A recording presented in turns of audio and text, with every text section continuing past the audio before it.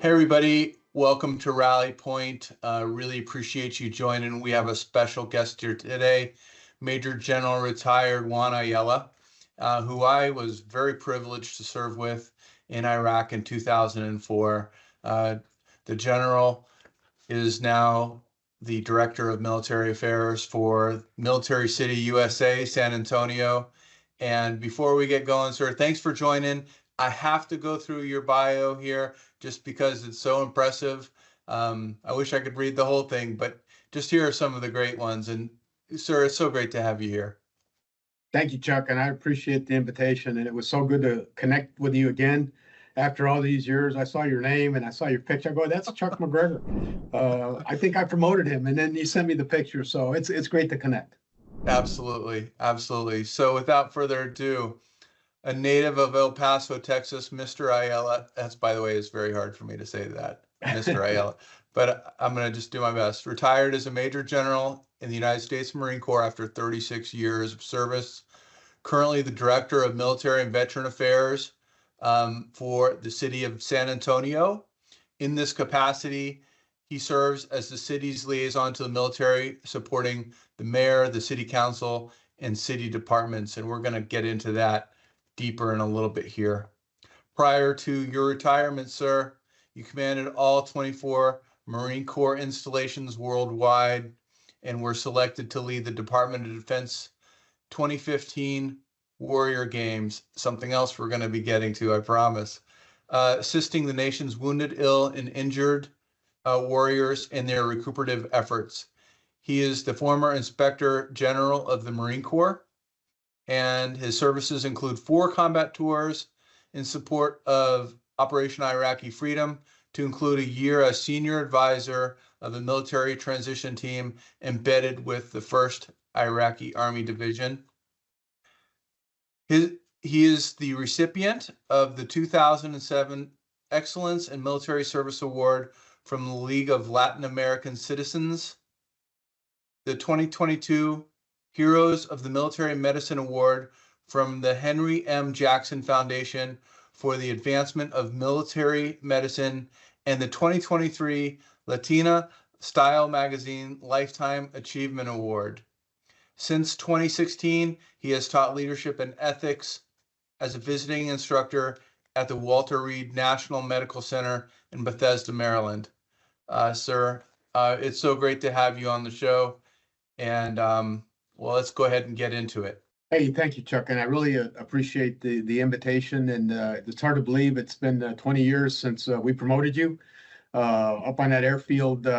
Nice picture that you sent, and I think it's the Marine Corps is a small organization, and it's always good to tap back and circle back with those you serve with. So it's a pleasure and an honor for me to be here too. 100%, 100%. So as we start to work into this, can you go back in time and just tell us about your upbringing and what led you to the Marine Corps? Sure. Yeah, my parents immigrated to this country back in the mid-50s. All 9 of us were born here. I'm the oldest of the 9. And ever since I can recall, my father instilled in us a deep sense of love for the country. And then he had a little restaurant for about 30 years. So if you've ever worked in a restaurant, whether it's big or small, you know that you're going to have a work ethic. And that was really important to us. That was really important to the family. But he also was very grateful for the opportunities that this country had given him. And he was also very grateful for the fact that he could raise his family and do as much as he could, and give him the best life possible to 9 of us. As you can imagine, we were not well off. But by the same token, we never needed anything. I never missed anything growing up. But since an early age, I recall that I grew up in El Paso, born and raised in El Paso, Texas, deeply patriotic city, just like a lot of cities on the border. And I recall seeing a lot of neighbors going to Vietnam, and a lot of them coming back. A lot of Army, a lot of Marines, and so I was touched by these guys as they'd leave, and we'd know them as kind of rowdy, kind of knuckleheads, and they'd come back, and it was a completely different people that would come back. But I knew because of my dad, how he instilled in us a sense of duty, a sense of work ethic, and giving back to this country, that I wanted to be a Marine ever since I was in the fifth grade. And I recall it was a uniform, these young guys coming back, but I recall there was just something about them.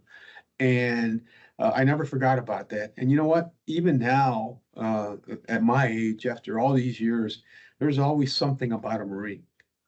Right. Absolutely. So as you look back and reflect on those early years in the Marine Corps, um, what did you initially start off doing, and what were the early years in your Marine Corps time like? Well, when I graduated from high school, I was going to enlist, and I went to my dad and I said, "Hey, Dad, I'm going to enlist in the Marine Corps." He says, "How about you try college?" And I thought, "Dad, you can't afford it." And he came back to me and he says, "Look, just try it out." And I didn't have the grades either, and so I said, "Okay, but I still want to be in the Marine Corps." He says, "Just try it." I said, "Okay." So I went and was admitted to the University of Texas at El Paso as a probationary student. And I recall the counselor telling me, she says, "We're going to give you one semester. The rest of it is up to you." And so I enrolled. And I remember the first day of college, the recruiters were there, the officer selection officers were there. And I was the first one in line. And I signed up right away and came into the platoon leaders class for that first summer. And when I graduated from college, my dad said, "Okay, you're the oldest. You're going to take over the restaurant." And I go, "Dad, I'm going to do something easy. I'm going to join the Corps." And so I did. In my early years, when I was commissioned, I remember that it was a culture shock for me, being from El Paso, Texas, where we're kind of isolated city down there, great city to raise a family and to grow up in, but it was just isolated because of where we were. And my early recollections as a lieutenant, that it was a culture shock because I was the only Hispanic in the platoon. And it was different. And if you've been isolated for 21 years and then you go to, far away, first plane ride, by the way, when I went to Quantico, for PLC. So everything was new. But one of the things that I do remember about the Marine Corps was that sense of unity, that sense of camaraderie, that sense of pride, even in that PLC, platoon leaders class, which is how I came in the Marine Corps. But I reflected on that, and I remember that, you have to be a quick learner in the Marine Corps. And so that was the initial 6 months that I was there. My first duty station was in Okinawa, and I recall that I had, like anything else, I was very nervous when I got there, but the Marines took me under their arms. They took me under their wings, and I recall that some of the folks that did the best job of leading me were my NCOs and my staff NCOs. The officers were there, but that's a lesson that I learned very early on. And some of the best memories of some of the best leaders and some of the best role models I had were our NCOs. What brought you to commissioning and over to the dark side? Well, um, I wanted to prove, this is a personal thing. I wanted to prove to my father and I wanted to prove to my family. I was the first to graduate from high school in our family, and I wanted to be the first to graduate from college. And so having a college degree, you go in as a lieutenant, and there was an allure for me as an officer. There was an allure for me that was about leading, and I wanted to lead. And the Marine Corps is all about leadership. Whether you're a private or a second lieutenant, we're taught to lead, and I thought that was very much, to me, that was very appealing. Besides all the other traits that we learned in the Marine Corps, that I still work out at my age of 68. People ask me, why are you working out? And I said, well, good habits are hard to break, and that's something the Marine Corps taught me. Besides other things that I've learned throughout my career, not only as a Marine, but as a employee here with the city of San Antonio. And I want to get to that in a second. But chronologically speaking, as we're rolling in on Hispanic Heritage Month, and I think as we get older, we reflect on that time that we had on active duty and all the different experiences that we had.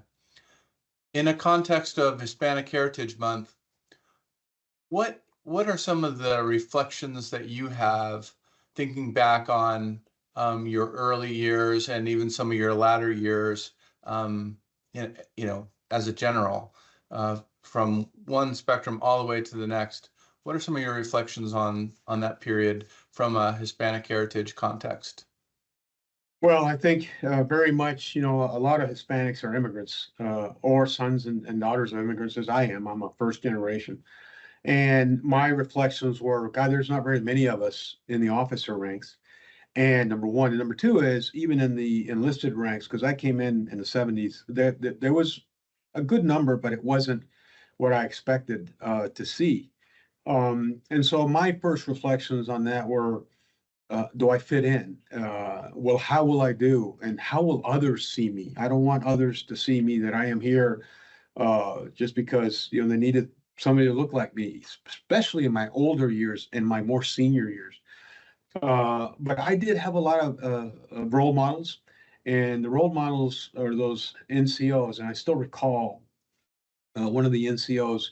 There was a Hispanic NCO, and the platoon that I was in, the unit that I was in, was they had African Americans had and white Marines, but not very many Hispanic Marines. And I remember how that NCO interacted and how he fit in. And that's one thing about the Marine Corps, is that no matter what unit I went, what the makeup was of the unit, and I was in a lot of units. It was fitting in, and the Marine Corps, I think, did a very good job of letting us fit in based on our merits. So I think we're one of the greatest meritocracies in the world. And I've been to 60 countries here in my now that I'm retired. But yeah, it was as far as Hispanic Heritage Week, I thought, I'm glad that they recognize us. But if they didn't recognize us, I wouldn't feel bad about it because my entire soul was, call me a Marine. Yeah. Yeah, I think that's one of the great things about the Marine Corps is earning that title and then living up to it every Yeah. day after that. It can hit it. It's a blessing and a curse. Yeah, it's I live in San Antonio here, where there's 80,000 troops, and most of them are Army and Air Force, and it's very rare do I see another active duty Marine. We have 4th Recon here, and we have the recruiters, but they know we're here. They know we're here. Just a quick anecdote: there's 500 retired admirals and generals here, and I remember when I first got here, I'd get up to brief, and they'd give me a little bit of grief because there was only 4 retired generals here, Marine generals, and I was the only one working. And I remember about the 6 months in, I got tired of them giving me grief. There's only 4 of you there. I said, okay, well, 4 against 500, that's an even match. And so, that's nobody said anything to me after that. It's funny how there's just as much inter-service banter after time in the active duty than there was during. It's pretty. There is. I really enjoy it, actually. It's kind of comical, and especially when you're not expecting it. Yeah, believe me, Chuck, it's even the old guys in the gym, they're out there and just sit in the sauna. They're always bantering, but believe me, they all want to come to the Marine Corps ball. That's true. Yep. Hey, so that's a good segue to talk about San Antonio and your current duties. What brought you to San Antonio, and with what you're doing now? And can you familiarize our audience with what that mission is and how you're still serving? Yeah, it's so when I retired, we were looking for a place to settle down. When I retired, all of my children, I have 4 kids. They were out of the nest. They graduated from college. And so my wife and I were looking for a couple of places. We considered 3 places that we really liked. I liked DC. Wife didn't like the snow. I'm from Texas. We're from El Paso. My wife is too. So, we always had our heart with Texas. And then our favorite duty station was at Camp Pendleton, and we had a house out there. And so we kind of weighed where our children were. I have a daughter in the Navy, I have a son in DC. She's in Yokosuka now, a son in DC, a daughter in Dallas, and a daughter in Norfolk. And so we decided to settle here in San Antonio because it was far away, far enough away from our families in El Paso, but it was in the center of the states, and we could see all our kids. I retired, and I was going to retire. I wasn't ready to buy a rocking chair or anything, but I was ready to retire. I bought a house on an acre up in a suburb here, worked on it for about 2 or 3 months, and after a while, even my wife said, "Okay, don't go to the commissary with me. Get a job, do something." And so, like they say, Chuck, every meeting, every encounter is an interview. I joined a board, and I remember sitting next to an older guy at the board, and we had a conversation. We had a 5-minute conversation. Got up, and he hands me a folder. He said, "You might want to consider this job." And it was the job that I have now. This was 9 years ago. I looked into it, and the job was the director of the Office of Military Affairs for the city of San Antonio. And the reason the office was established in the city is because San Antonio in 2005 took 2 tremendous hits. A BRAC, base realignment and closure. They closed Kelly and Brooks, both Air Force bases. People don't realize the economic impact that a military installation has on a community. It's the number 1 employer, even now, 7th largest city in the nation, and the military here is the number 1 employer. And also a lot of the leveraging that we do with the military. And so my job was basically to be the liaison between, it still is, to be the liaison between our mayor, our city council, and our military community that's here. We have here in San Antonio, it's the largest joint base in the Department of Defense, 80,000 troops. And so 80,000 people here, not counting the dependents, not counting the families, that's 80,000 jobs. And just to give you an example how important that is to keep that here, we didn't want to get bragged again. So what we did is, my job is to engage with the military and support them as much as we can. And by what I mean about support is, not hanging yellow ribbons on trees or doing parades, but actually investing in commander priorities. So since I've been here, we've invested about $110 million in commander priorities. So I bring the Joint Base San Antonio commander into the city hall and I say, "Okay, what do you need?" And then if he or she'll give me 5 priorities, and if we can fund them, that's good. I also testify at the Texas legislature. There's a lot of encroachment, urban encroachment, and if you're an aviator, you understand this. You can't have community close to an air base because it's dangerous. They can crash, takeoff and landing. You can't have a bunch of apartments or homes next to a military installation that has small arms fire ranges. And so we do a lot to protect our installations here. And I do a lot of other things during the year to make sure that the military knows, especially the Department of Defense, knows that the city of San Antonio is a great partner to the military, and we want our military to stay here. So that's my job. I take the mayor to the Pentagon at least once a year. And what we do is go office to office, Secretary of the Army, Secretary of the Air Force, and talk to them about thanking them for keeping our bases here, but also asking them at that level, what do you need? At their level, what are some of the things that they might turn to you and say? Well, encroachment is a big one. And so you have these developers that really want to build homes, because San Antonio is probably the 2nd largest growing city in the nation right now. And so they want to build homes in these areas that are around our bases. And so that's one of the things, if they do that, then they go somewhere else. And again, they might close the base. And so if you can't train, and the military is not against economic development or development writ large, they just want to be able to conduct their mission. So they ask us to help them with that. The other thing that we ask them is if there's any realignments, any movement of bases, to consider San Antonio first. So one of my priorities is that when there's a realignment or there's a base closure somewhere in the world, US base, that the Department of Defense considers San Antonio first. And what we do is we do all kinds of things to accommodate them, i.e. land. City has quite a bit of land that they can use for their bases. And we have a lot of family support. We just signed an MOU, memorandum of understanding with Joint Base San Antonio to take care of some of their overflow of daycare support. Children that, they have this huge waiting list for children on base. So we said, okay, look, we'll look at what the regulations are and what the qualifications are for federal.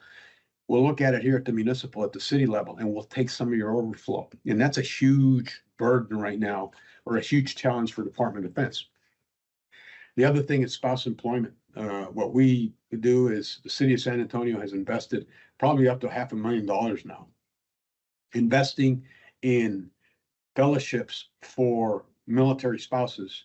And so what we do is we pay them for a cohort, 5 or 6 weeks in a big corporation, in a Bolero, a USAA, a Toyota, and the corporation. So we pay them. The city pays them with that funding, and the spouses get an opportunity to work at that place, and the corporation gets an opportunity to see if they want to hire them. Very successful program. We've had about an 85% hiring rate, and the average salary is about $10,000 higher than the median salary here in San Antonio.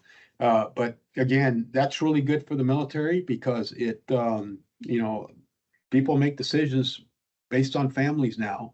And if your spouse can't work, you're going to get out. And so those are good recruiting initiatives that we have had in this city. So that's a lot of what, I'm just kind of scratching the surface here, but that's a lot of what I do here. A lot of it's tea and crumpet stuff. It's protocol. A lot of it's education. We get new members of city council, and I sit them down and I say, this is why the military is important. And this is why you should support the military. Now, some of them listen, some of them don't. But 1 in 8 people in the 7th largest city in the United States is associated with the military. That's amazing. Yeah. The last time I was in San Antonio for some base visits and hitting some TAPS offices, as well as a hiring event, it was just so clear to me, just everywhere you look, there's something that has to do with the military. One derivative away from the military, just amazing, and just in a beautiful town. With the Riverwalk, and just incredible there. I really enjoyed something we talked about when we were getting ready for this, and it was about your experience with Wounded Warriors in that program and the challenge that you had back in the day, one of the very first Wounded Warrior games, if you will. Can you talk us through how you got involved in that, and maybe initially a little surprised by it, but it's just a great story. I'd love for more people to hear it.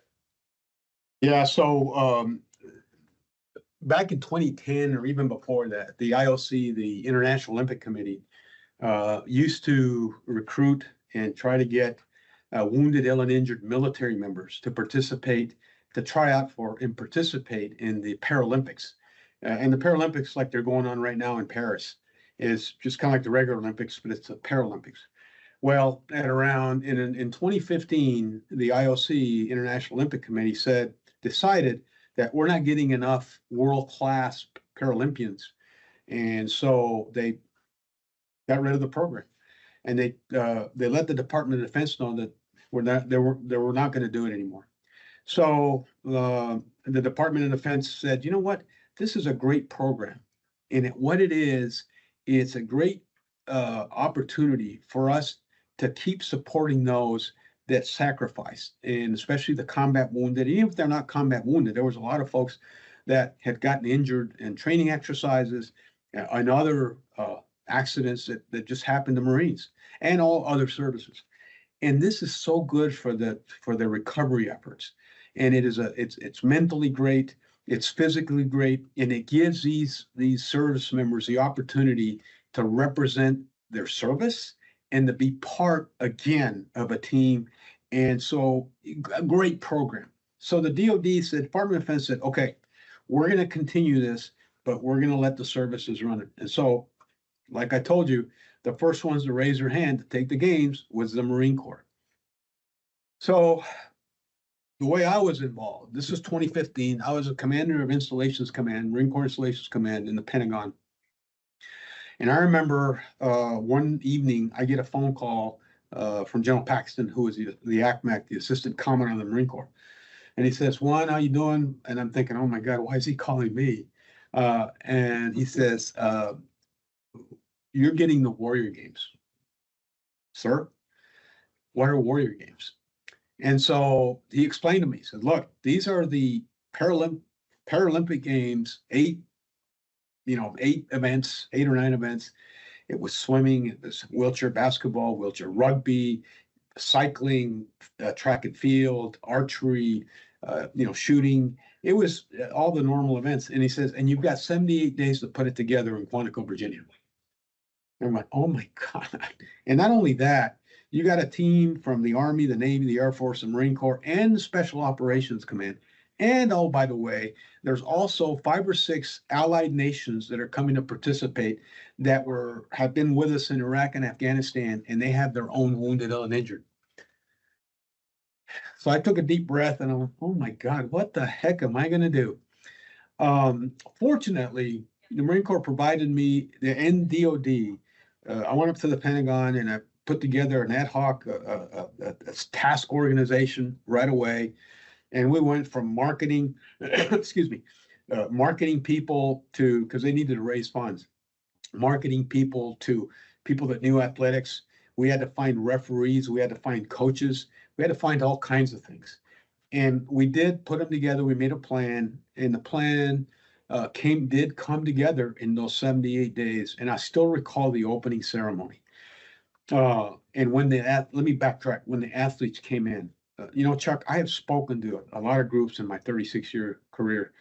And I enjoyed talking to groups, but I recall walking into the theater in Quantico and the athletes were there from 7 different countries and all the U.S. athletes from all the services. And you would expect them to be, lined up by a team, by service. But I walk in there and I see a bunch of dogs, service dogs like Sphinx, just sitting there, a line of wheelchair, a line of prosthetics, and I see the different color T-shirts, and they're all just so happy to be with each other. Camaraderie was great. They were all exchanging phone numbers. They were all taking pictures with each other, and they just wanted to be with each other. And what I saw was so inspirational, and I'll tell you why. I had never seen a blind archer. I had never seen a triple amputee swimmer. I had never seen somebody that was missing a limb run an 800 meter race, or wheelchair basketball, or somebody that was missing 3 limbs playing wheelchair rugby. And I never considered them disabled. I considered them abled. And when they got up, when their team won or they won an individual, they got up, they didn't play the national anthem. They played the Marines hymn, they played the Navy hymn, whatever services was. And, they were so proud because they were part of the team. I had a mother tell me one time, she said, if it wasn't for these Warrior Games, my son wouldn't be here, because they get so depressed, they get so isolated. And so I think the recuperative powers that these games have and what we do as a nation for our athletes is tremendously great. We still do them. We got them in 2020. I convinced the Marine Corps to bring them to San Antonio 2020, then COVID hit. But we've been working our butt off to get them here in San Antonio, and we finally are getting the 26 games and the 28 games here in San Antonio. But they're very inspirational. I can go on and on. I love the games. I love what they do for our wounded, ill, and injured. And I think good on the Department of Defense to put out the resources and the funding to make sure that, the Marine for life, soldiers for life, this epitomizes how we take care of our own. And so I think, you know, I get really excited. This year I went to a dinner. They had the trials here for the Air Force and the Marine Corps, and they asked me to be the speaker at their farewell banquet when they left San Antonio. I showed up, and the same coaches that were in the Marine Corps in 15 and the same coaches that were in the Air Force in 2015 were there. It was a hell of a reunion. It was wonderful. And one more anecdote, and I know you can cut this short or long when you edit it. No, it's okay. This is great, sir. I remember, so we had we had the mile run competition there in Quantico, and an Australian nurse who had been shot down in Afghanistan ran that race. And I recall it was towards the end of the games, and everybody was there in the stands. If you've been to Quantico, to the football field they have. And I recall that this nurse had some severe injuries. A lot of the wounds are you can't see them. They're mental, but she had some severe injuries, and she had one of her legs was really bad. It wasn't missing, but it was badly torn up. So right around the end of the race, she was the last one. Of course, they were cheering her wildly, but anyway, she collapsed, and you know, kind of got up on her hands and knees. And I recall that people in the stands, all these wounded, ill, and injured, they hobbled down there, they crawled down there, they wheelchaired down there and got behind her from the US and from every country. And they made sure that she finished the race. Now, I wish I could have had, I still had a picture of that, but that epitomized the meaning of the Warrior Games. They win, you know, the winning team from whatever wins the Commander's Cup, which is chairman of the Joint Chiefs of America, they don't care about the Commander's Cup. They cared about being with each other. That's an incredible event. And to the intensity of wheelchair basketball and rugby, absolutely, like there's some serious competitive juices flowing and bodies flying all over the place. I can imagine how tight they get and the camaraderie that they get. I feel that the key in all things post-military is engagement, and giving them that kind of opportunity to engage is key. And just like you're engaging with the military to help support the community there in San Antonio, and even in Parsons today, we spend a lot of our time just you know, designing opportunities for us to engage and check in with each other. Yeah. Yeah. Civil military relations are very important. And, you know, when bases were built, they were way out in the boonies. That's not happening anymore. And encroachment is caught up to them. And, you know, military bases are not islands. And so, you know, here in San Antonio, but most bases, like 85% of those 80,000 troops I mentioned and civilian that work there live in the community. So it behooves us to break that fence line. You know, during COVID, I remember our mayor saying, COVID has no fence line. We had a natural disaster here, which was pretty bad, no fence line. And the cooperation between the city and the military was tremendous. We ran out of beds in our hospitals. And the military opened up their hospital, send us all your emergencies. When we had vaccines that were going to expire, we called the military. When they had vaccines that were going to expire, they called us. And so I think it's very important that we continue to partner with our military. Absolutely. Switching gears, this is the last formal question. What advice would you give to yourself as a young Marine in any context?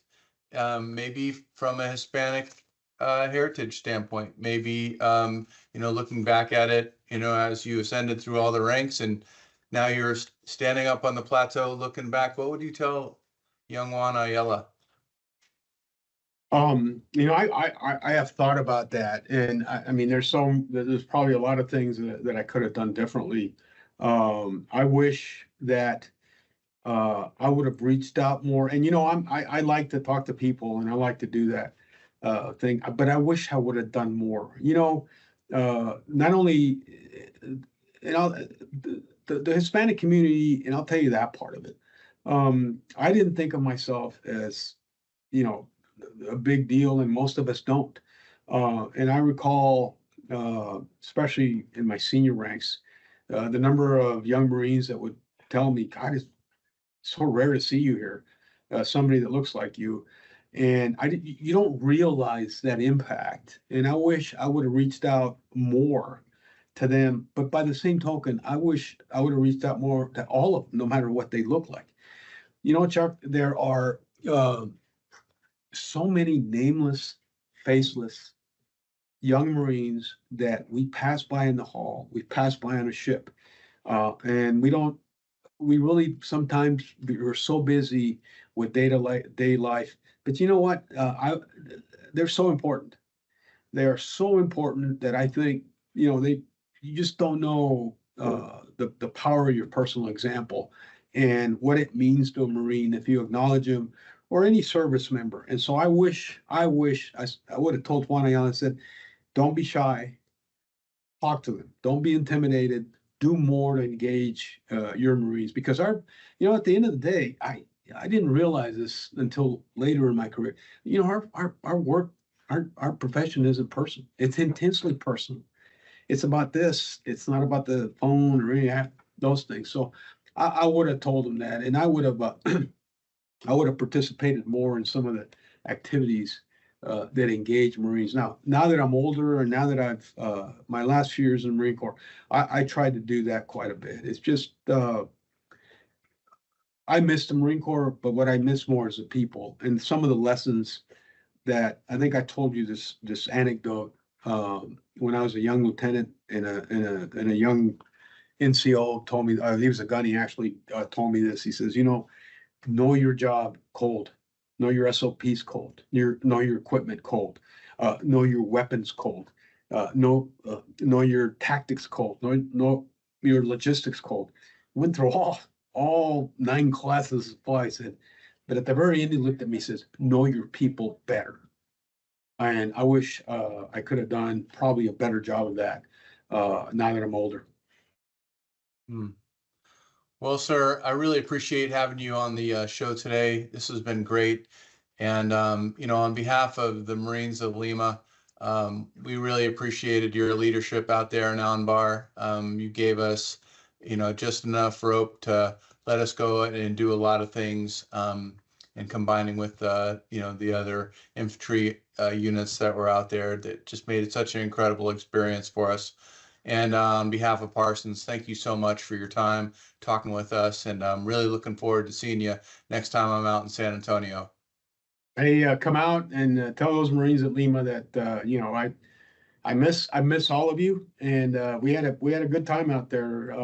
Bar the rocket attacks, but yeah, it was a good experience, Chuck, and I really personally thank you for reaching out, and please thank your leadership at Parsons. And I think what you're doing now is giving back. Absolutely. Yep. Feels good. Thanks a lot, sir. Cheers. Semper Fidelis. Semper Fi. Right. Right.